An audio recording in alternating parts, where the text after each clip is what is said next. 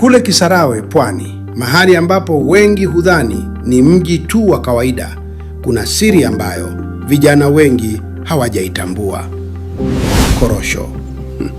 Ndiyo, hapa karibu na Dar es Salaam, mashamba ya korosho yanachanua kwa kasi, yakifungua milango ya uwekezaji mpya kwa vijana wa mjini wanaotafuta biashara yenye faida na uhakika. Lakini safari ya korosho haikuanzia hapa. Imelelewa kwa miaka mingi kule Mtwara, nyumbani kwa wakulima ambao maisha yao yameunganishwa moja kwa moja na zao hili. Korosho imewasomesha watoto, imeanzisha biashara na imejenga uchumi wa kaya nyingi. Faida zake ni kubwa. Uhitaji duniani unaongezeka, bei ni nzuri, na bidhaa zake kama siagi ya korosho na mafuta zinatoa fursa mpya kwa viwanda na ubunifu. Changamoto zipo: mabadiliko ya tabia nchi, wadudu na uhitaji wa mbegu bora. Lakini kwa teknolojia na mbinu za kisasa, hizi si kikwazo, ni hatua tu za kupita.